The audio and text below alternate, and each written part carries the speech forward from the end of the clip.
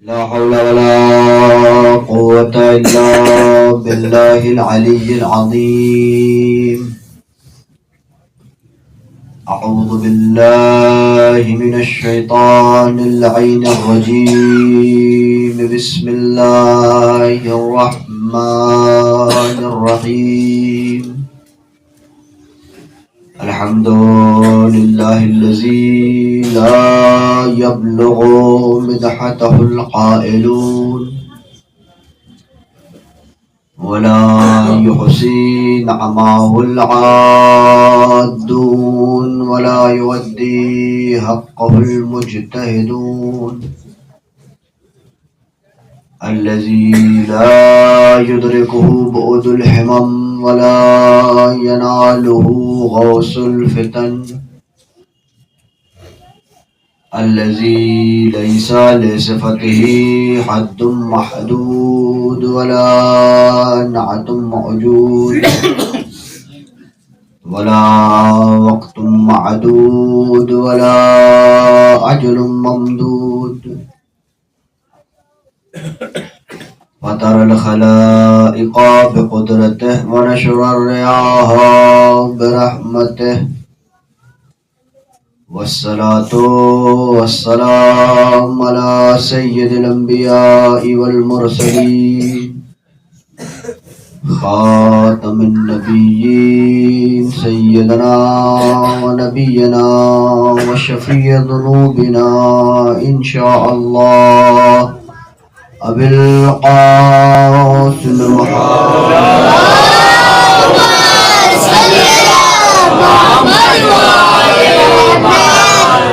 وعلى أهل بيته الطيبين الطاهرين المعصومين الأجمعين. ولعنة الله على أعدائهم أجمعين من يومنا هذا إلى قيام يوم الدين. أما بعد، فقد قال رسول الله صلى الله عليه وآله وسلم: بسم الله الرحمن الرحيم. فاطمة بضعة مني من أضاها فقد أضاني. صلوات بجو محمد.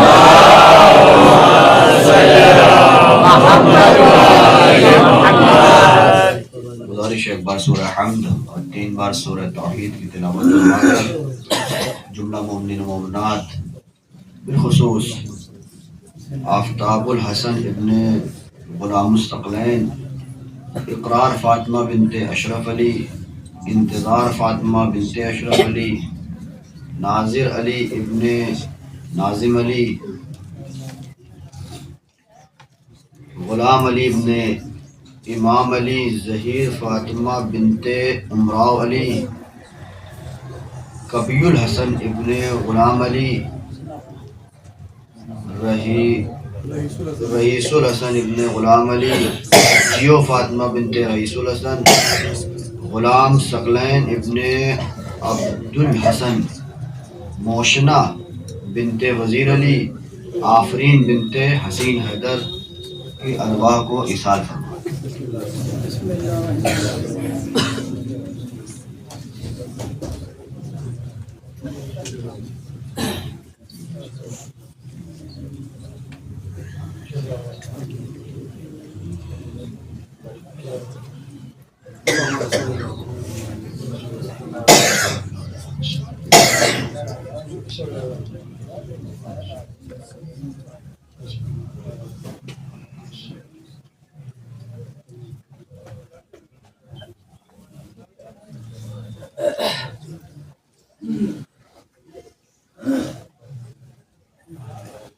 صلوات پہ جبر محمد.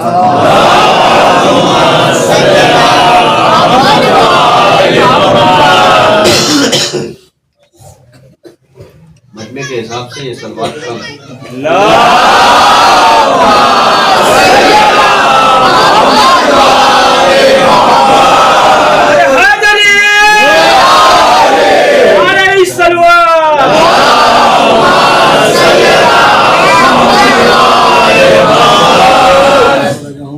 ایام عزائے فاطمی کی یہ آخری مجلس جو اس مسجد میں اس بارگاہ میں انجام پا رہی ہے،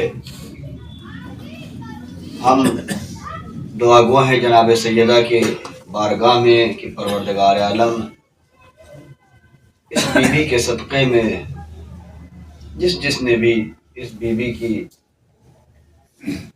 عزا کو منعقد کرنے کے لیے جس حوالے سے بھی کوشش اور تعاون کیا ہے، دامیں، درہمیں، سخنیں، پیسہ دے کر، فرش بچھا کر، فرش اٹھا کر، تبرک لا کر، چائے پلا کر،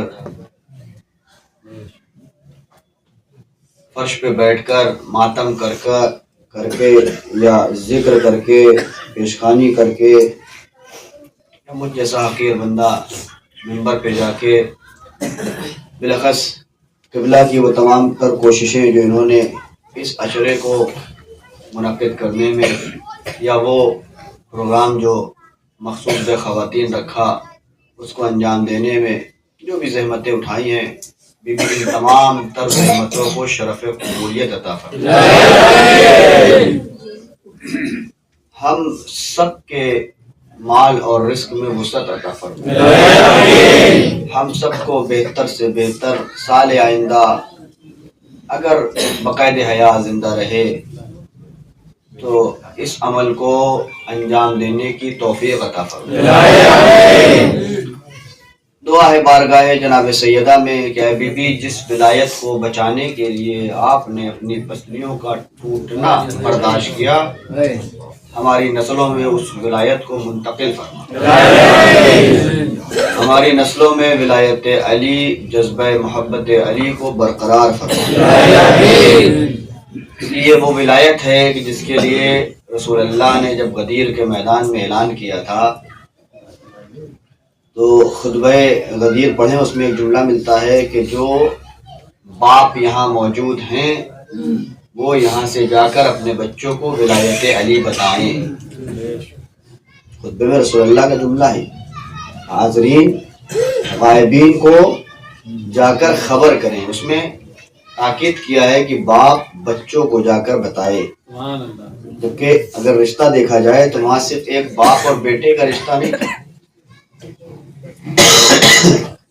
اس مجمع میں صرف باپ اور بیٹے والے رشتے والے نہیں تھے، وہاں چچا بھتیجے والے بھی تھے، ماموں بھانجے والے بھی تھے، پھپھا بھتیجے والے بھی تھے، اور بھی رشتے جو آپ دنیاوی حوالے سے پہچانتے ہیں وہ سارے رشتے تھے۔ لیکن ان تمام رشتوں کے باوجود رسول اسلام نے کہا کہ جا کے باپ اپنے بیٹوں کو بتائے کہ ہم نے اعلان ولایت علی کر دیا ہے۔ اس کا مطلب یہ ہے کہ اگر آج کوئی باپ اپنے بیٹے کو ولایت علی نہیں بتا رہا ہے تو وہ رسول کے قول پر عمل نہیں کر رہا ہے۔ لہذا بیٹے کو اپنے باپ سے پوچھنا چاہیے، یا یہ بتا کہ ولایت علی کا مطلب کیا ہے، اور اگر تو مجھ کو ولایت علی کا مطلب نہیں بتا رہا تو مجھے یہ بتا کہ میرا حقیقی باپ کون ہے۔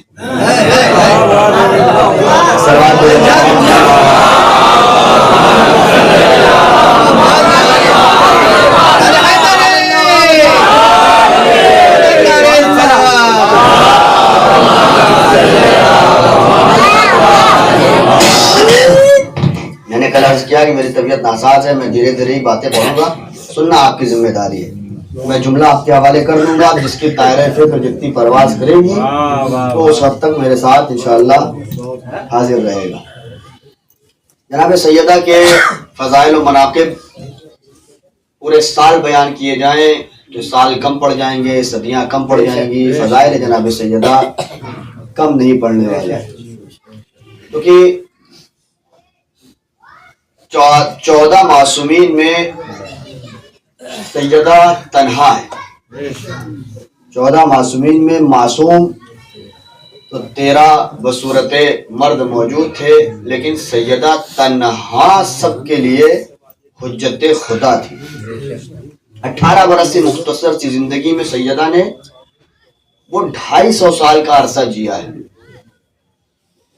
جو امامت کا عرصہ ظاہری طور پہ تھا، اور اس کے بعد سے لے کر 255 امام زمانہ عجل اللہ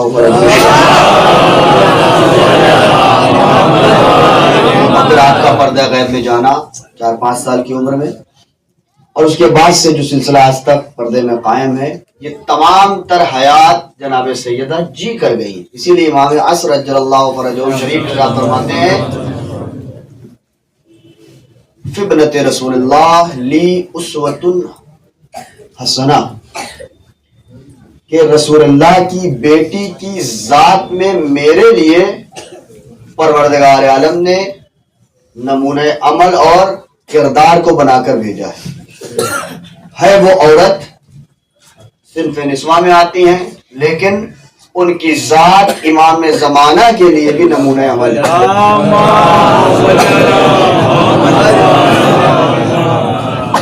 کیوں؟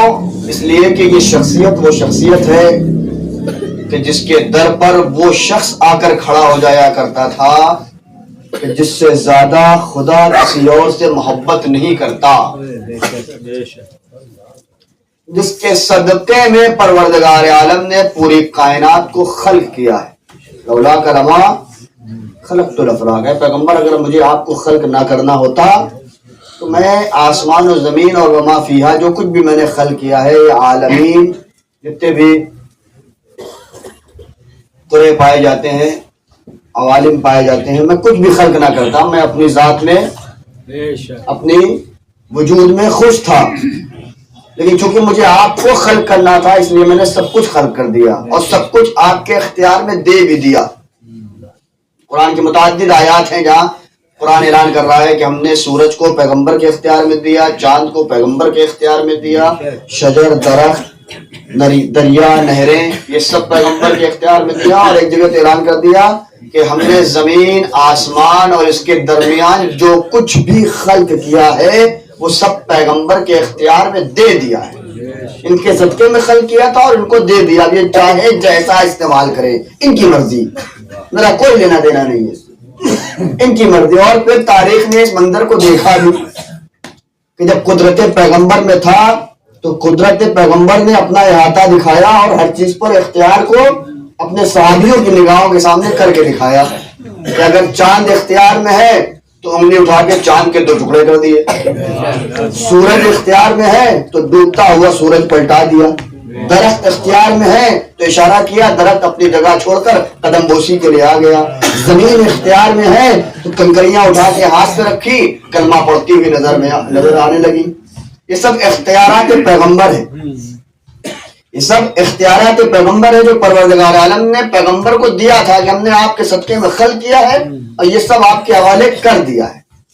لیکن عزیز و قرآن میں ایک جگہ پروردگار عالم نے ارشاد فرمایا وَالنُّجُومُ مُسَخِّرَاتٌ بِأَمْرِهِ، پیغمبر سب کچھ آپ کے اختیار میں ہے سوائے ستاروں کے. یہ ستارے ہم نے آپ کے اختیار میں نہیں دیے، یہ ہم نے اپنے پاس رکھے ہیں. کیوں اپنے پاس رکھے؟ پالنے والے ان ستاروں میں کیا تھا؟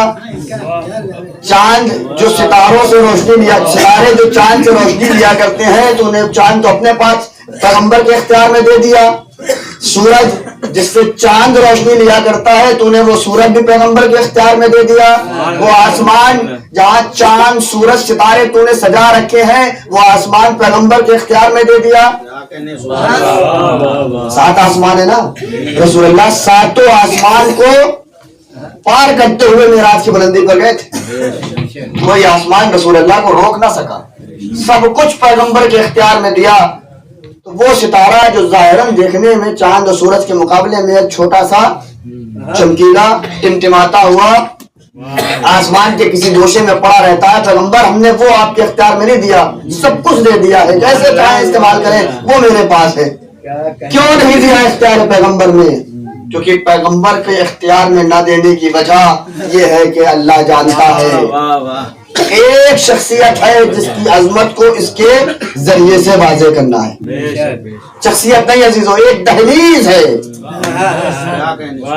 شخصیت تو بڑی بات ہے، وہ شخصیت محتاج نہیں ہے کہ ستاروں کے ذریعے سے اس کی عظمت ظاہر ہو.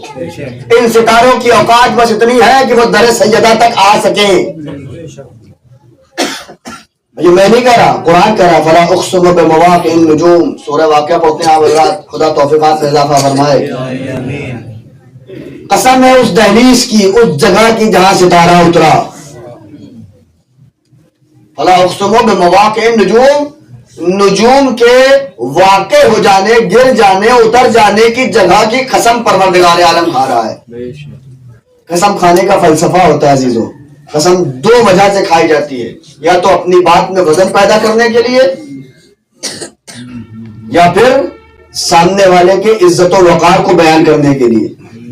یہ تو قسم کھانے والے پہ ڈیپینڈ کرتا ہے کہ وہ کہاں کھڑا ہے۔ اگر وہ کٹگھرے میں کھڑا ہو کر قسم کھا رہا ہے، جو بھی بولوں گا سچ کے سوا، تو اس کا مطلب اپنی بات میں وزن پیدا کرنا چاہ رہا ہے۔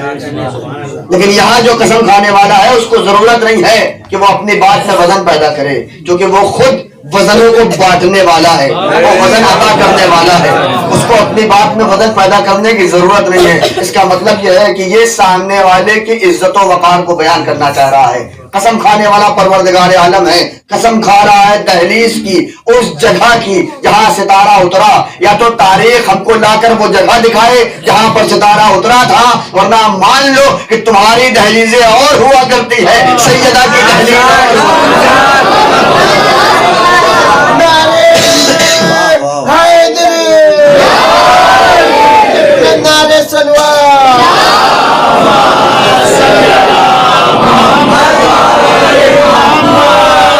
کیوں نہ ہو۔ یہ دہلیز آسمان سے بلند و بالا ہے عزیزو، اس دہلیز سے بلند پروردگار عالم نے کچھ خلق نہیں کیا، کیونکہ ہم نے جو منظر تاریخ میں دیکھا ہے وہ منظر آپ کو دکھانے جا رہے ہیں۔ بہت دھیرے دھیرے آپ تک بات کو پہنچانے کی کوشش کروں گا، آپ اگر جاگ کر سنیں گے تو سیدہ اس کا اجر آپ کو عطا فرمائیں گی۔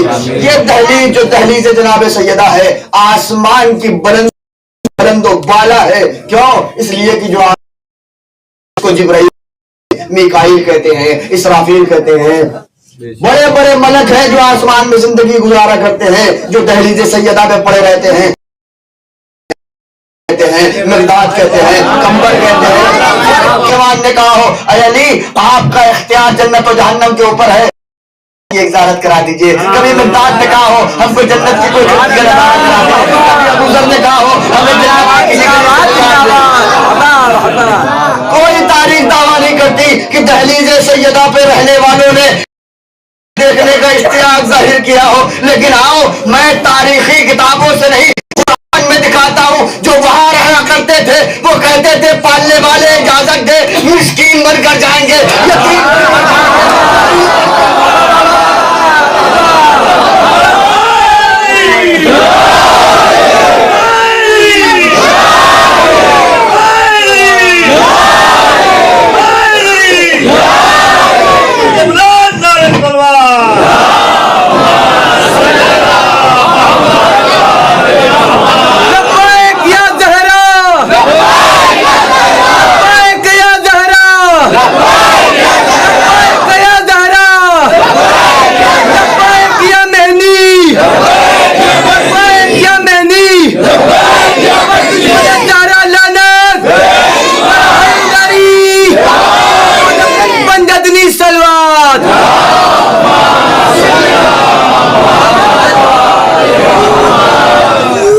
دہلیز ہے، وہ دہلیز ہے جس کی قسم پروردگار عالم کھا رہا ہے۔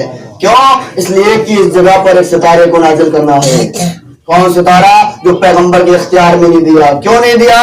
کیونکہ پیغمبر کو اللہ نے ایک بیٹی عطا فرمائی ہے۔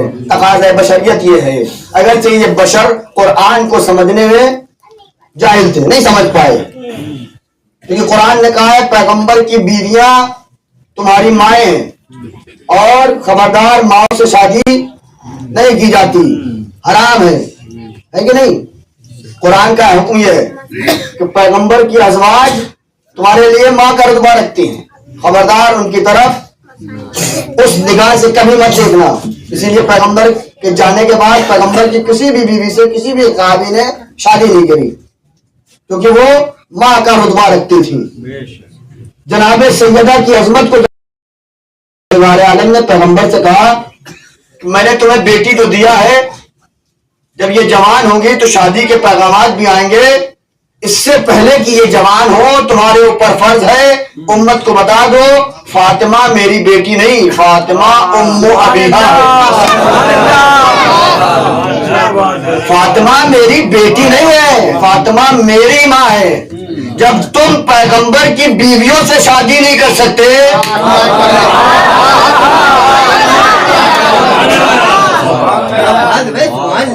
لہذا تم پر رشتہ دینا بھی حرام ہے۔ لیکن وہ جاہل عرب کے بدو، ان کو کیا قرآن سمجھ میں آتا، کیا پیغمبر کے الفاظ وہ نہیں سمجھے، انہوں نے پیغامات بھیجنے شروع کیے۔ پیغمبر ہے رحمت للعالمین، رحمت کا تقاضا یہ ہے کہ پیغمبر کسی کا دل نہیں دکھا سکتے۔ دل دکھانے کا مطلب یہ ہے کہ پیغام آیا ہے انکار کر دیں گے تو سامنے والے کا دل ٹوٹ جائے گا۔ پیغمبر کسی کا دل نہیں دکھاتا، رشتے آتے رہے۔ پیغمبر نے کہا کہ یہ اللہ کا عطیہ ہے مجھے، انا آتینا کا الکوثر، کہ ہم نے آپ کو الکوثر عطا کیا، یہ اللہ کا عطیہ ہے۔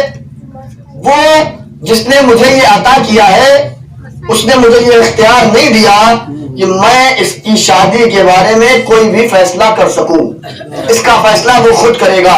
تو پیغمبر کیسے ہوگا؟ کہا اس کا فیصلہ وہ جانے، وہ کیسے کرے گا۔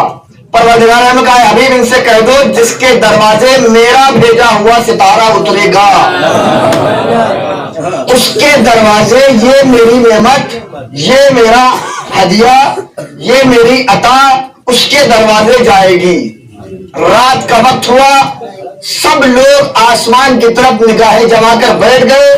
ستارہ چلا اور چلتے ہوئے کبھی کسی کے مکان پر جھکا، پھر اٹھا، پھر کسی کے چھت پر جھکا، پھر اٹھا۔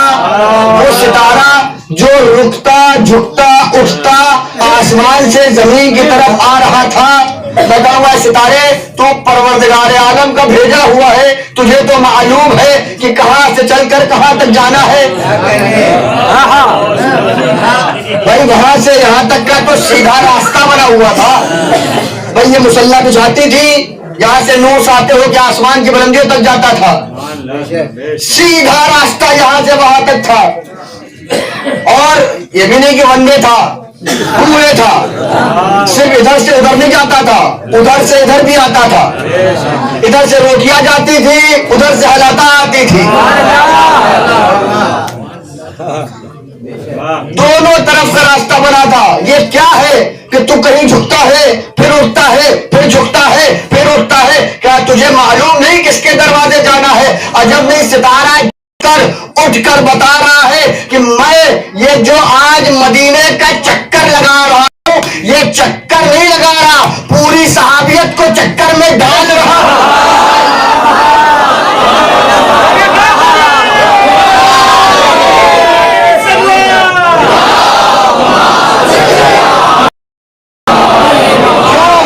کیوں یہ کام انجام دے رہا ہوں؟ تاکہ کل کا مورخ جو بغض علی میں قلم کو اٹھائے گا وہ یہ نہ لکھ دے کہ ٹوٹا ہوا ستارہ تھا، اتفاقاً علی کے دروازے گر گیا۔ میں بار بار جھک کے اٹھ کے بتا رہا ہوں ٹوٹا ہوا نہیں، اللہ کا بھیجا ہوا۔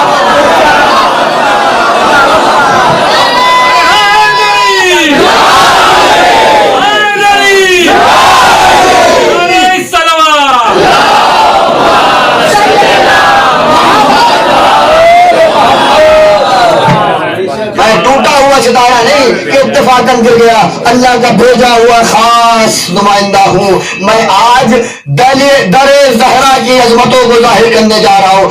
اب سمجھے کیوں پروردگار عالم نے کہا تھا زمین اور آسمان اس کے درمیان کی ہر شے پیغمبر آپ کے اختیار میں ہے، اپنے پاس رکھا ہے۔ کیوں؟ اس لیے کہ یہ اس در کی اہمیت کو ظاہر کریں گے جس در میں سیدہ جانے والی ہے۔ اس کا مطلب یہ ہے کہ پروردگار عالم کی نگاہ میں سیدہ کی اتنی عظمت ہے کہ سیدہ کی عظمت کو بتانے کے لیے اللہ اپنے حبیب کے اختیارات میں کمیاں کر دیا۔ السلام علیکم محمد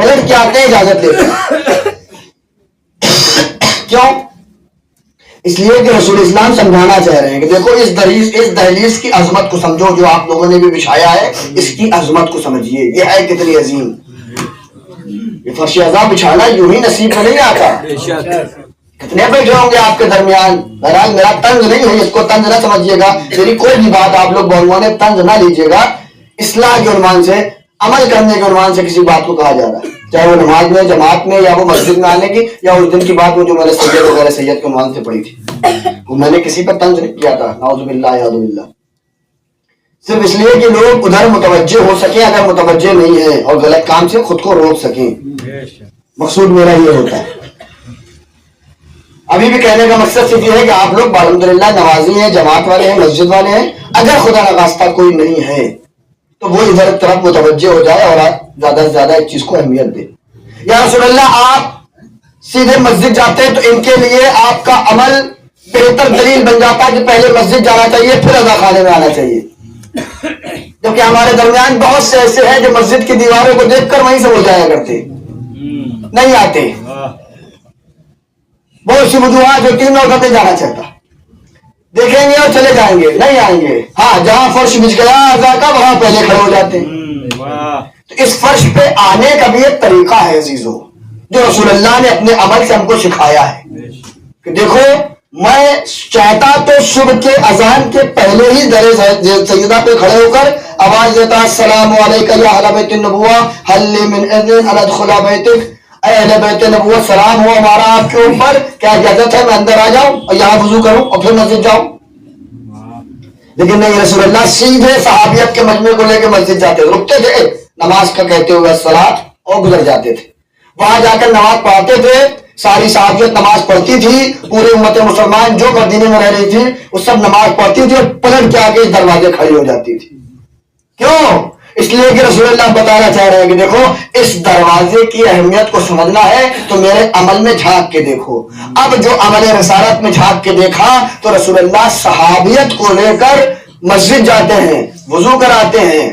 وضو کا مطلب سر کا دھونا, ہاتھ چہرے کا دھونا, ہاتھوں کو دھونا, مسح کرنا. اس عمل سے آپ کا جسم پاک ہوتا ہے.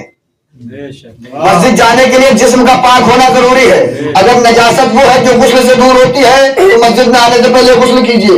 اگر اس نجاست میں نہیں ہے, اکبر میں نہیں ہے نجاست, حدث اصغر کی صورت میں ہے تو وضو کیجیے. وضو کر کے وہ نجاست بھی آپ سے برطرف ہو جائے گی. جب آپ اس لائق بن جاؤ گے کہ آپ کا جسم پاک ہو گیا تو اب آپ 2 رکعت نماز پڑھو. اب جب جسم پاک ہو گیا تو 2 رکعت نماز پڑھو. کیوں نماز پڑھو؟ تو کیونکہ اس سے روح پاک ہو جایا کرتی ہے. پیغمبر مسجد میں لے جا کر سمجھانا چاہتے ہیں کہ وضو کرا رہا ہوں تاکہ جسم پاک ہو جائے, نماز پڑھوا رہا ہوں تاکہ روح پاک ہو جائے. اب جب جسم اور روح پاک ہو جائے گا تب تم اس لائق بنو گے. دہلیز سیدہ پاک ہے.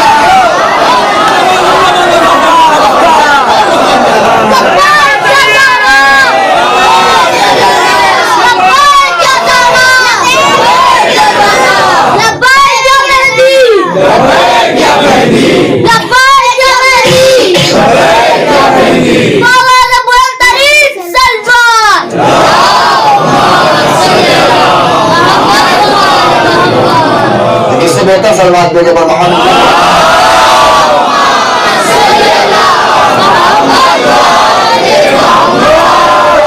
اب اپنی منزلت کو سمجھو. جو فرش عزائے جناب سیدہ پر آ گیا وہ اپنے آپ میں فخر کرے کہ اللہ نے اس کو اس لائق سمجھا کہ توفیق دی کہ تم فرش عزائے جناب سیدہ پر آ کر بیٹھ جاؤ.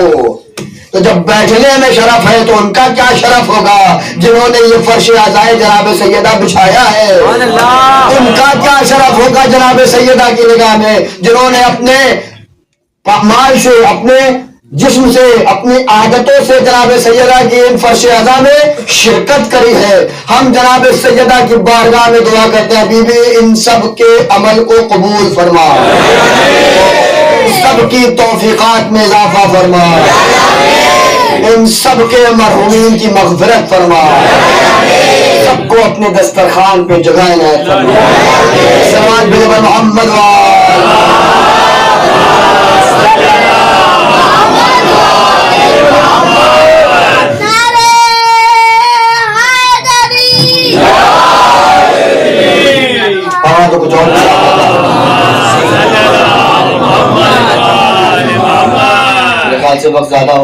لیے بات کو روکا جائے, جو کہ اگر وہ موضوع چھوڑ گیا تو بات کچھ لمبی بھی ہو سکتی ہے.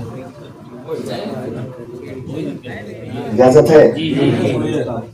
صلوات علی محمد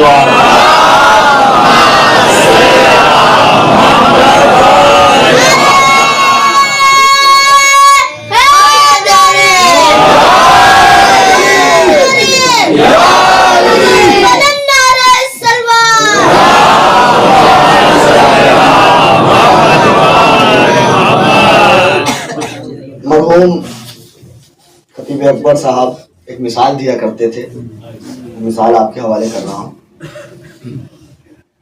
کہتے ہیں کہ میرے بغل میں, مثال ہے میرا ان کی بھی, کہ میرے بغل میں ایک شخص تھا بڑا کنجوس, بے انتہا کنجوس انسان, لیکن دولت بہت تھی, پیسہ بہت تھا. لیکن کنجوسی کا عالم یہ تھا کہ سگریٹ پینے کا شوق تو تھا ان کو, لیکن دوستوں کی ڈبی سے. یہ سارے جملے انہیں کے ایسے میں نقل قول کر رہا ہوں, تو اس کو اپنے اوپر لینا کہ مولانا نے پڑھ دیا اگر کوئی خدا نہ خواستہ ایسا ہے. لیکن اچھا کھانے کا شوق تو تھا ان کو, لیکن دعوتوں میں سارا شوق وہاں پورا کر لیتے تھے, خود نہیں کھاتے پیتے, گھر میں بنوا. اللہ نے سب کچھ نوازا تھا, لیکن کنجوسی کا عالم یہ تھا کہ لوگوں نے بہت کوشش کری ان سے روپیہ بھی خرچہ کروا دے, لیکن نہیں خرچہ کریں. ایک دن سوئے, ڈکیتی پڑ گئی. سوئے اور ڈکیتی پڑ گئی, اور وہ کہتے ہیں کہ ان کو چھوڑ کر ڈکیت سب کچھ لے کے چلے گئے. حد یہ ہے کہ وہ جھاڑو بھی جس سے گھر پہ جھاڑو لگایا کرتے تھے وہ بھی لے گئے, بس ان کو چھوڑ دیا. اب صبح آنکھ کھلی تو گھر ایک دم صاف صاف. پہلے تو گھر کو پہچاننے سے انکار کیا, میرا نہیں, لیکن جب در و دیوار سے انسیت محسوس ہوئی تو پتہ لگا کہ آج جھاڑو لگ گئی. نکلے باہر, خبر کری محلے والوں کو کہ بھیا رات میں ڈکیتی پڑ گئی. جس کو یہ بات پتہ لگی, جرم تو جرم ہے, برا تو سب کو لگا, لیکن اس نے جس سے بھی بتایا تو مسکرا کے بتایا. خبر ملی, ٹوٹ گئے. اپنا اپنا کمنٹس جو آج کل چل رہا ہے فیس بک کی دنیا میں, سب نے کمنٹس کیا, ارے اس کا تھا لے گیا, ہم کو نہ کھلاؤ گے تو کوئی نہ کوئی تو لے جائے. حرام کا مال تھا, حرام طریقے سے چلا گیا. اپنے اپنے کمنٹس انہوں نے پاس کیے. کچھ دنوں کے بعد جو دوسرا پڑوسی تھا ان کے, اس کے دروازے ہمیشہ کھلے رہتے تھے, کوئی بھی آ جائے مدد کے لیے, سرکار یہ چیز نہیں ہے وہ دے دیتے تھے. پیسہ نہیں ہے یہ لیجیے, برتن نہیں ہے یہ لیجیے, چادر نہیں ہے یہ لیجیے, بستر نہیں ہے یہ لیجیے, کھانے کو نہیں ہے یہ لیجیے, پینے کو نہیں ہے یہ لیجیے. جو بھی چیز جس کو بھی جیسی بھی ضرورت پڑتی تھی اس کے دروازے سے دے دی جاتی تھی. کبھی کسی کے لیے انکار نہیں, کبھی کسی کو نہیں کہا. جو ہے وہ دینے کے لیے آمادہ اور دیا کرتے تھے. ایک دن اتفاقاً ان کے گھر بھی ڈکیتی پڑ گئی. جو کچھ تھا ان کے گھر میں بھی وہ لے کے چلا گیا. اب جب یہ صبح صبح خبر پھیلی کہ بھیا فلاں آدمی کے یہاں بھی چوری ہو گئی ہے, تو جس کے کان میں یہ بات پہنچی سب نے کہا بہت افسوسناک خبر ہے, کتنا بدبخت انسان تھا, ارے مانگ لیتا تو شاید اس سے زیادہ دے دیتے. اس کے گھر میں چوری کر لی, جو کبھی کسی کو دینے سے منع نہیں کیا کرتا تھا, مانگ لیتے.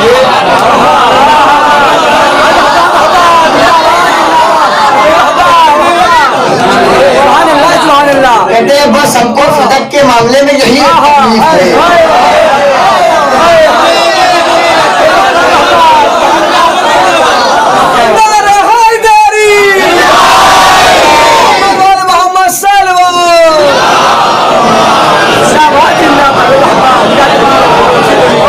اگر تم نے ان سے مانگ لیا ہوتا تو یہ فدق کے ساتھ, فدق کے باغات کے ساتھ ساتھ تم کو جنت کے باغات بھی دے دیتے, لیکن تم نے چھین کر اپنی حکومت بھی برباد کر دی.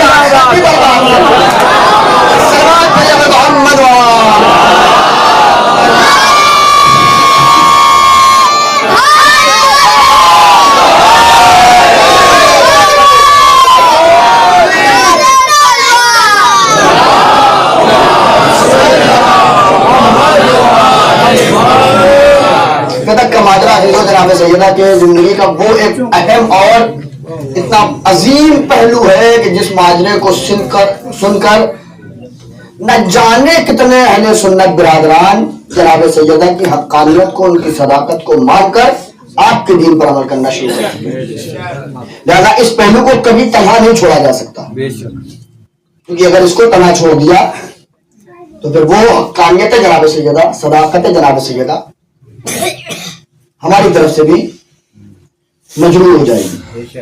لہذا مختصر الفاظوں میں ہی صحیح لیکن اپنے بچوں کو فدق کی پوری داستان بتایا کریں، کیا ہوا تھا، فدق تھا کیا۔ بعض لوگ کہہ دیتے ہیں آج کل سوشل میڈیا کا زمانہ ہے، آپ لوگ سب لوگ سنتے چلے آ رہے، میں یاداوری کی عنوان سے پڑھ رہا ہوں کہ وہ چند پیڑوں کا ایک باغ تھا، وہ ایک چھوٹا سا خطہ تھا، اور معاملہ جو تھا ملکیت کا نہیں تھا بلکہ معاملہ جو تھا وہ مینجمنٹ کا تھا، ملکیت چھیننا مقصد نہیں تھا، اس کو مینج کرنا مقصد نہیں۔ عجب عجب باتیں۔ بعض لوگ کہتے ہیں کہ نہیں، اصل میں وہ تھا ہی نہیں رسول اللہ کا، جناب سیدہ کا، وہ تو تھا ہی امت کا، انہوں نے لیا اور امت کو دے دیا، انہوں نے اپنے پاس بھی نہیں رکھا، جنہوں نے لیا امت کا مال تھا، امت کے حوالے کر دیا۔ بھائی اگر مال امت کا تھا تو یہ ملا کب فدق ملا ہے؟ خیبر کے زمانے میں، جب خیبر کی جنگ جیتی گئی۔ خیبر کی جنگ کب ہوئی تھی؟ 24 رجب سن 7 ہجری، ذہن میں رکھیں انشاءاللہ یہ سارے خاکے۔ 24 رجب سن 7 ہجری میں جنگ خیبر ہوئی۔ رسول اللہ دنیا سے کب گئے؟ کیا تاریخ؟ 28 صفر سن 11 ہجری۔ 7 ہجری میں خیبر جیتا گیا۔ اس وقت جب خیبر رسول اللہ نے جیتا تو پھر خیبر کے یہودیوں نے جو کچھ مال غنیمت مسلمانوں کو ملا، جس کو ان بارے میں کہا تھا کڑاڑی سے کاٹ کاٹ کے سونا بانٹا گیا مال غنیمت میں، وہ تو مسلمان لے گئے، جس کو جو ملا وہ لے گیا۔ لیکن ایک ٹکڑا، ایک خطہ بنابر روایات معتبر کہ کم سے کم 7 بڑے بڑے باغ اس کے اندر شامل تھے۔ اتنے بڑے بڑے باغ تھے کہ اس کے اندر نہریں بہا کرتی تھی، نہ جانے کتنے کنویں تھے اس باغ کے اندر۔ پورا ایک خطہ تھا یہاں سے لے کر وہاں تک کا، جس کی سالانہ آمدنی 40 لاکھ درہم اس وقت کے بتایا تھا، سالانہ انکم اس تھی۔ وہ دیا جناب رسول اللہ کو کہ یہ آپ کی پرسنل ملکیت ہے، لیکن ہم کو اجازت دیں کہ ہم کو یہاں سے بھگائیں نہ، ہمیں رہنے کا موقع دیں، ہمیں دربدر نہ کریں، یہ آپ کی ملکیت، آپ اس کو جیسا چاہے استعمال کریں۔ ادھر قرآن کی آیت آ گئی، وآتِ ذِی القربى حقہ، اپنے قرابت داروں کو ان کا حق دے دیجیے۔ جناب رسول اللہ نے اسی پیپر کے نیچے، جو پیپر انہوں نے ہم کو رسول اللہ کو دیا تھا یہودیوں نے، جس پر لکھا تھا آج کے بعد سے یہ خطہ فدق رسول اللہ محمد ابن عبداللہ کو دیا جاتا ہے، اسی کے نیچے جناب رسول اللہ نے بھی ایک تعبیر عبارت لکھی کہ میں اپنا یہ حق بنابر آیت قرآن اپنی قرابت دار، اپنے عزیز، اپنی بیٹی جناب سیدہ کے حوالے کرتا ہوں۔ یہ لکھ کے رسول اللہ نے جناب سیدہ کو دیا۔ سن 7 میں خیبر ہوا، سن 11 رسول اللہ گئے۔ فاصلہ جوڑے تو خیبر ہے رجب کا، رجب کے بعد شعبان، رمضان، شوال، ذوالحجہ، ذوالحجہ، محرم، سفر۔ سفر کی 28 کو رسول اللہ گئے، یعنی پورا مہینہ، یعنی 7 مہینے۔ 7ویں ہجری میں ہوا ہے، 7 مہینے یہ جو ہے 8ویں ہجری لگ گئی، 8 ہجری کی سفر تک ہم آ چکے ہیں۔ 9 ہجری کی سفر، 10 ہجری کی سفر، 11ویں ہجری کی سفر میں رسول اللہ رخصت ہو گئے۔ 3 سال 7 مہینہ رسول اللہ خیبر کی جنگ کے بعد زندہ رہے۔ تو اگر یہ مال امت کا تھا، انہوں نے لے کر امت کے حوالے کر دیا، تو یہاں پر اعتراض سیدہ پہ نہیں بنتا کہ تم سیدہ سے مال چھینو، اعتراض رسول اللہ پر بنتا ہے کہ آپ نے امت کے مال کو دبا کر رکھا کیوں؟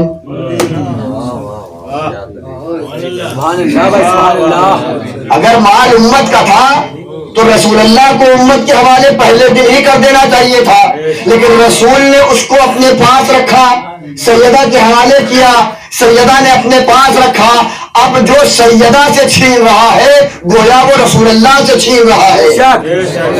رسول اللہ سے چھیننے کا مطلب ہے تم رسول کے عمل پر اعتراض کر رہے ہو کہ نعوذ باللہ اعاذ باللہ رسول نے یہ عمل غلط انجام دے دیا ہے کہ وہ امت کا مال دبا کر بیٹھ گئے تھے. جب رسول اپنی زندگی میں غلط عمل کو انجام دے دے تو پھر اس کے کسی عمل کا اعتبار نہیں رہ جاتا. اب رسول کی نمازوں کا اعتبار نہیں ہوگا, رسول کے قرآن کا اعتبار نہیں ہوگا, رسول کی وحیوں کا اعتبار نہیں ہوگا. اگر رسول کے ایک عمل پہ اعتراض کرو گے تو اللہ کی پوری شریعت برباد ہو جائے گی. لہذا ماننا پڑے گا کہ رسول اللہ نے اس چیز پر عمل کیا جو حکم الہی تھا.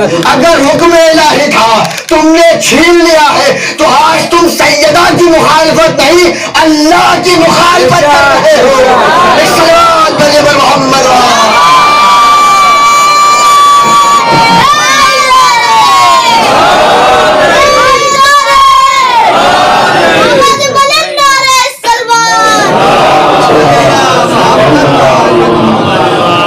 جب یہ مال جناب سیدہ سے لے لیا گیا, جناب سیدہ کے جو کارکنان تھے, اس جگہ کام کرنے والے نوکر چاکر تھے, ان کو گھر بھیج دیا گیا اور حاکم نے اپنی حکومت کے نمائندوں کو وہاں بھیج دیا کہ جاؤ تم سب کچھ سنبھالو. جناب سیدہ کو خبر ملی تو آپ نے وہ دہلیز جس کو بہت کم جناب سیدہ پار کیا کرتی تھی پار کیا اور دربار میں آ کر مسجد نبوی میں ہی دربار سجایا گیا تھا. پردہ لگا دیا گیا. بنت رسول اللہ کیا مانگنے آئی ہیں؟ کہا مجھے خبر ملی ہے کہ تم نے میرے پراپرٹی پر اپنے نمائندے بھیج دیے. کیوں بھیج دیے؟ کام کیسے مانے آپ کی ہے؟ ہم کیسے مانے یہ آپ کی ہے؟ یہ تو مسلمانوں کا حق ہے. مسلمانوں نے جنگ کیا تھا, جیتا تھا, لہذا یہ مسلمانوں کا حق بنتا ہے, ان کے حوالے کر دیا جائے. تب بیوی نے وہ رقعہ نکالا, وہ کاغذ نکالا جو یہودیوں نے رسول اللہ کو دیا تھا اور رسول اللہ نے جناب سیدہ کو دیا تھا. یہ رہی میری دلیل کی یہ میرا ہے. جب رسول اللہ کے اس لکھے ہوئے رقعے کو تخت پہ بیٹھے حاکم نے دیکھا, اس میں لکھا ہوا ہے کہ یہودیوں کی طرف سے یہ چیز محمد ابن عبداللہ کو دی جا رہی ہے. اسی کے نیچے رسول اللہ کی تحریر لکھی تھی کہ میں بحکم آیت الہی آتے ذل القربہ حقہ اس کو سیدہ کے حوالے کر رہا ہوں. اور وہ انگوٹھی جو جناب رسول اللہ پہنا کرتے تھے اس کی مہر بھی لگی تھی جس پہ محمد رسول اللہ لکھا ہوا ہے. وہ نگینہ, وہ انگوٹھی اس کو خاتم کہتے ہیں, اس پہ لکھا بھی تھا, نقش بھی تھا محمد رسول اللہ. وہ رسول اللہ کو لگا کے اپنے خطوط جہاں بھی بھیجا کرتے تھے, چاہے وہ روم ہو, افریقہ ہو, قیصر ہو, جتنے بھی ممالک فتح ہو رہے تھے وہاں جب رسول اللہ بھیجتے تھے تو مہر لگا کے بھیجتے تھے. وہ مہر بھی لگی ہوئی تھی. دیکھنے والے نے دیکھا, کیبنٹ میٹنگ بیٹھی, آج کے زبان میں کہا جائے, اور وہ یہ طے پایا کہ نہیں بھائی اس کا انکار کرو, اگر اس کو مان لو گے تو سب کچھ دینا پڑ جائے گا. لیکن انکار کریں تو کیسے کریں, مہر رسالت لگی ہوئی ہے, تو انکار بھی نہیں ہو سکتا. اب دوسرا حربہ نکالا گیا. دوسرا حربہ یہ نکالا گیا کہ ہم کیسے مانے کہ یہ رسول اللہ نے لکھ کے آپ کے حوالے کیا ہے. کوئی گواہ ہے؟ لکھتے وقت کا کوئی گواہ ہو, دیتے وقت کا کوئی گواہ ہو؟ تب جناب سیدہ نے اپنی طرف سے 4 گواہ پیش کیے. ایک مولا علی کو علماء نے گواہی کہ ان کے سامنے لکھا تھا, ان کے سامنے دیا تھا. دوسرے امام حسن کو, تیسرے امام حسین کو, اور چوتھے جناب ام ایمن سلام اللہ علیہ وسلم. صلوات بھیجو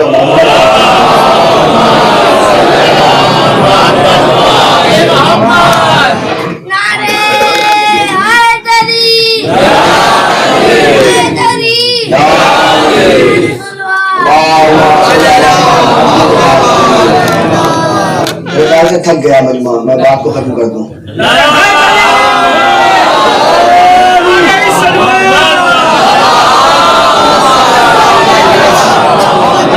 جلدی 3-4 منٹ میں نے کہا مختصر بیان کروں گا. یہ چیز آپ لوگ بچوں کو اپنے بتاتے رہا کہ مختصر طور سے. جب یہ 4 گواہ جناب سیدہ نے پیش کی اپنی طرف سے تو پھر دوبارہ وہ میٹنگ بیٹھی. وہ اندر کی طرف کیا کیا جائے, کھانا پھوسی ہونے لگی. اب اس کا کیا جواب دے, علی کا کیا جواب دے, حسن کا کیا جواب دے, حسین کا کیا جواب دے, کیسے کہتے ہیں کہ یہ بھیا یہ جو کہہ رہے ہیں یہ غلط کہہ رہے ہیں.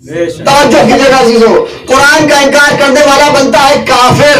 اگر فاسق ہو تو نماز پڑھ سکتا ہے، پڑھا نہیں سکتا۔ اگر کافر بن جائے تو اب نماز پڑھنے کے لیے دوبارہ کلمہ پڑھنا ضروری ہے۔ اب تم نماز پڑھ بھی نہیں سکتے۔ جناب سیدہ نے گواہ واپس لے کر بتا دیا، تم جن کا انکار کر رہے ہو یہ بولتے ہوئے قرآن ہے، ان کا انکار کر کے تم نے اپنے فسق کو نہیں اپنے کفر کو ثابت کیا ہے۔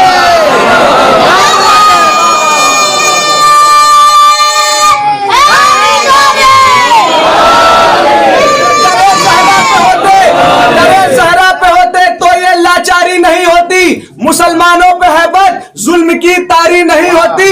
اگر آواز اٹھتی قتل محسن پر زمانے میں تو آج معصوم بچوں پر یہ بمباری نہیں۔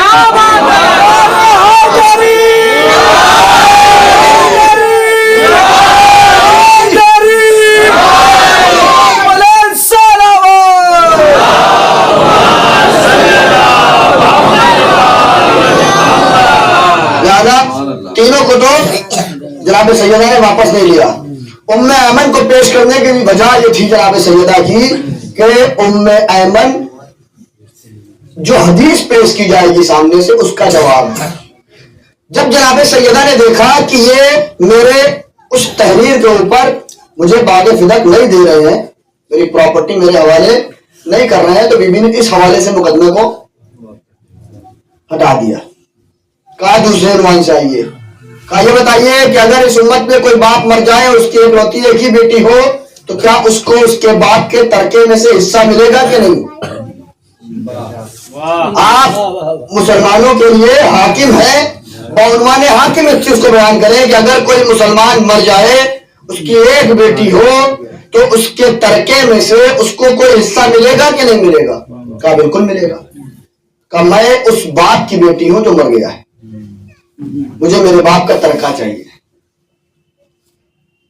اب کیا جواب دیں؟ تحریر کا جو انکار کر دیا، گواہوں کو بھی کسی نہ کسی بہانے سے ٹال دیا۔ لیکن اب جو جناب سیدہ نے دوسرے عنوان سے مقدمہ کھولا کہ میں ایک یتیمہ ہوں، میرا باپ مر گیا ہے، مجھے میرے باپ کا ترکہ چاہیے، جس پہ تمہارے عامل آ کے بیٹھ گئے، کارکنان آ کے بیٹھ گئے، میرے باپ کا مجھے حصہ دے دو، میں چلی جاؤں یہاں سے۔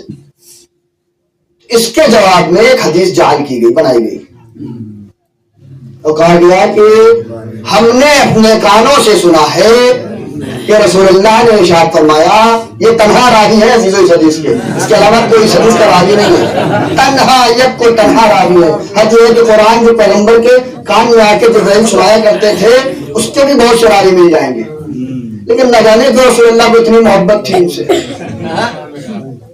کہ بیوی کے متعلق جو گفتگو تھی وہ ان کے کان میں ڈال دی اور ان سے کہہ دیا کہ رسول اللہ نے کہا نحنو معاشرت الانبیاء، ہم گروہ انبیاء نہ وارث بنتے ہیں نہ وارث بناتے ہیں، ہم علم کے وارث ہوتے ہیں، ہمارا وارث علم، ہمارے علم کا وارث ہوگا، جیسے ہم علم کے وارث ہیں تو بھی ہمارا وارث ہوگا، وہ بھی علم کا وارث ہوگا۔ لہذا یہ حدیث آپ کی اس بات کا جواب ہے کہ آپ باپ کا ترکے میں سے ورثہ پائیں گی۔ نبی نے منع کر دیا ہے کہ نہیں، نہ ہم وارث بنتے ہیں نہ ہم وارث بناتے ہیں۔ جیسے ہی یہ جواب جناب سیدہ نے سنا، ام ایمن کو آگے کھڑا کیا، آئیے آپ آگے آئیے۔ کیوں کھڑا کیا؟ ام ایمن کی تاریخ کا جاننا ضروری ہے۔ ام ایمن جناب عبداللہ رسول اللہ کے والد کی کنیز تھی۔ چونکہ رسول اللہ جناب محمد مصطفیٰ صلی اللہ علیہ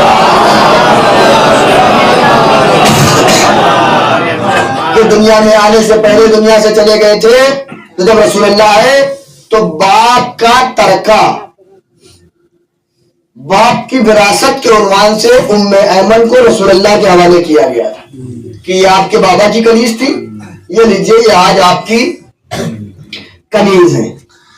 اس لیے جناب سیدہ جناب ام ایمن کو لے کے گئی تھی، لیکن سامنے سے ایک حدیث سنائی گئی کہ ہم معاشرہ انبیاء نہ وارث بنتے ہیں نہ وارث بناتے ہیں۔ جناب سیدہ نے کہا اگر تمہاری یہ بات سچی ہے کہ نبی نہ وارث ہوتا ہے نہ وارث بناتا ہے، اس لیے تم مجھے میرے باپ کا حصہ بعنوان وراثت نہیں دے رہے ہو، تو تم کو کس نے حق دیا کہ میرے باپ کے ممبر کو ہماری وراثت اپنے حصے میں لے لو؟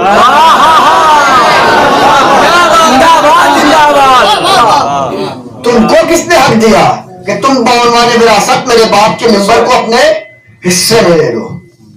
انہوں نے کہا نہیں بی بی مجھ سے کہا تھا، مجھ سے کہا تھا، کہا میرا بابا قرآن کے خلاف گفتگو نہیں کرتا، قرآن کہہ رہا ہے کہ انبیاء وارث ہوا کرتے ہیں، وَوَرَثَ سلیمان و داؤدا، قرآن کہہ رہا ہے کہ ہم نے سلیمان کو داؤد کا وارث بنایا، سلیمان بھی نبی اللہ تھے، داؤد بھی نبی اللہ تھے، ہم نے داؤد کو سلیمان کا وارث بنایا ہے، قرآن کہہ رہا ہے وارث بنتے ہیں، تم کہہ رہے ہو کہ نبی وارث نہیں بنتا، یرثنی و یرث آل یعقوب، آل یعقوب کو ہم نے ایک دوسرے کا وارث بنایا ہے، قرآن کہہ رہا ہے کہ نبی وارث بنتا ہے، تم کہہ رہے ہو کہ نبی وارث نہ بنتا ہے نہ بناتا ہے۔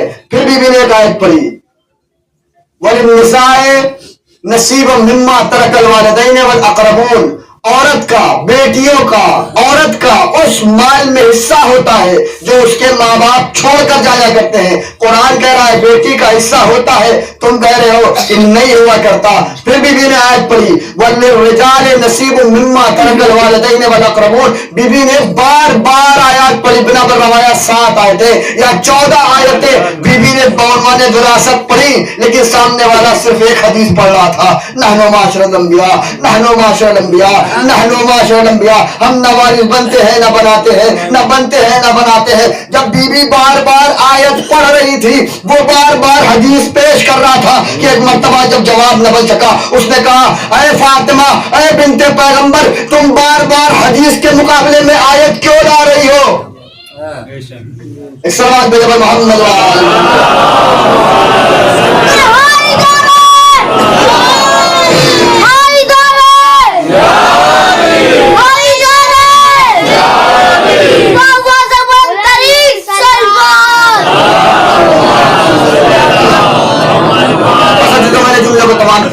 اے بی بی، میں بار بار حدیث پیش کر رہا ہوں، آپ بار بار آیت پیش کر رہی ہے، ارے حدیث کے مقابلے میں آیت کیوں لا رہی ہے؟ اگر کوئی حدیث پیغمبر ہے تو سنا دیجئے، ہم یہاں پر آیت کو ماننے والے نہیں ہیں۔ بی بی نے کہا بس یہی تو سننا چاہتی تھی، تو وہی ہے نا جس سے کل میرے بابا نے کہا تھا کاغذ و قلم لا، حدیث لکھ دوں، تو نے کہا تھا ہمارے لیے قرآن کافی ہے۔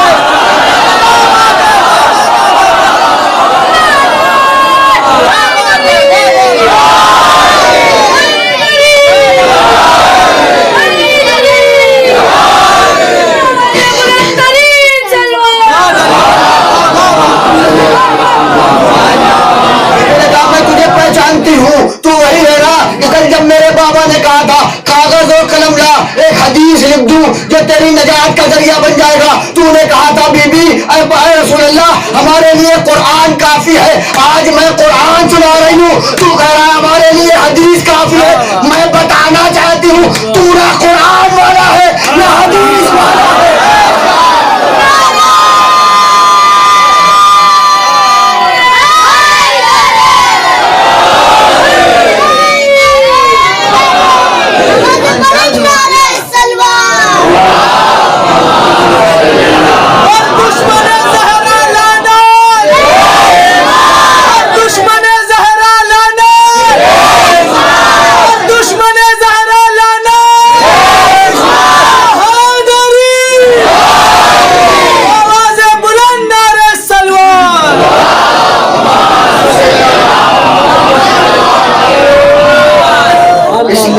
سیدہ آیات پہ آیات پیش کر رہی تھی، جب آیات کا انکار ہو گیا تو جناب سیدہ نے ام ایمن سے کہا اب آپ آگے آگے کھڑے ہو جائیے۔ کیوں؟ اس لیے کہ ام ایمن وہ ہے جو رسول اللہ کو وراثت میں ملی تھی، رسول اللہ نے اپنے وراثت میں پانے کے بعد آپ کو آزاد کر دیا تھا، لیکن چونکہ وراثت میں ملی تھی وہ چیز تاریخ نے لکھ دی کہ باپ کی وراثت نبی کو ملی تھی، نبی نے آزاد کر دیا۔ یہ بات الگ ہے کہ اس دروازے کی غلامی لوگ آزادی سے زیادہ پسند کرتے ہیں، جتنے بھی غلام اس در سے آزاد کیے گئے کوئی گیا نہیں ہے،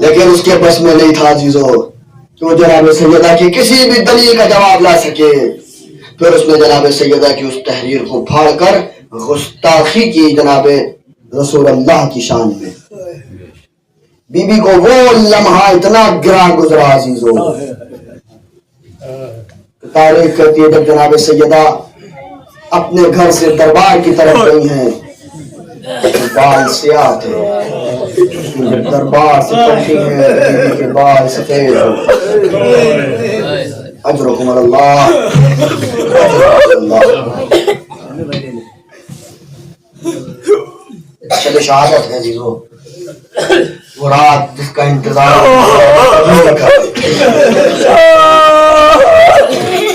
وہ رات حسنین کو کبھی نہیں تھا. 75 یا 85 دن تک جناب سیدہ نے مصیبتیں برداشت کریں. سن چکے ہیں آپ سارے مسائل، کس طرح سے جناب سیدہ کے اوپر دروازہ گرایا گیا، کس طرح سے سیدہ کی پسلیوں میں کیسے سیدہ نے برداشت کیا ہوگا، پسلیوں میں کیسے سیدہ نے سانس لی، غم زدہ ہاتھوں سے کیسے سیدہ نے ہوگی، ان سرخ چہروں کو کیسے جناب سیدہ نے زینب ام کلثوم سے چھپایا ہوگا. عجب نہیں جب زینب ام کلثوم کی نگاہ جناب سیدہ کے سرخ چہرے پر پڑتی ہوگی، ورم زدہ بازوؤں پہ پڑتی ہوگی، تو سیدہ کہتی ہوگی اے بیٹا میرے ورم تو کم ہے، وہ منظر مجھے دکھ رہا، تمہارے ہاتھوں میں رسم بندی ہوگی، تمہارے اوپر تاجدارے برسائے جا رہے ہوں گے، تم میرے دیار بدیار کوچوں میں پہنچا پھر عائشہ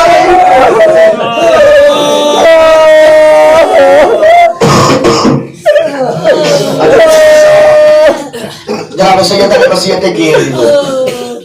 جناب سیدہ رسول اللہ کے جانے کے بعد جنت البقیع جاتی تھی، بیت الحزن میں گریا کرتی تھی اور وہاں سے واپس آتی تھی. تاریخ کہتی ہے ایک دن جناب سیدہ بیت الحزن سے تشریف لا رہی تھی اور مولا کائنات گھر سے نکل رہے تھے. جب دونوں ٹکرائے ہیں جناب سیدہ کے ہونٹوں پر مولا علی نے ایک مسکراہٹ دیکھی جو پچھلے 95 دنوں سے جناب سیدہ کے ہونٹوں پہ نہیں تھی.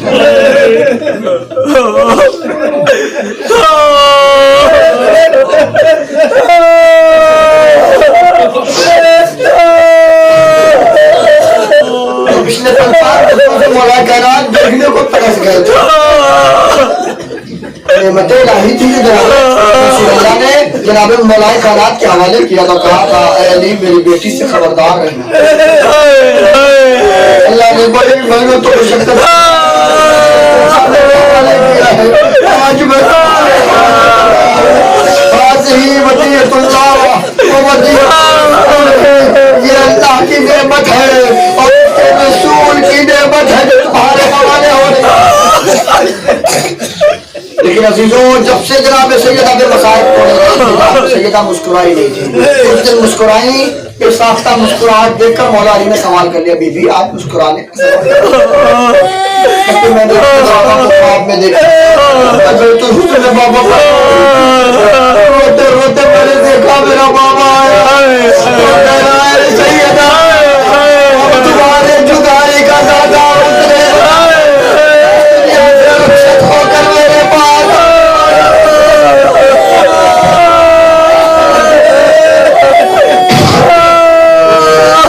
یہ کچھ وصیتیں کرنی ہیں.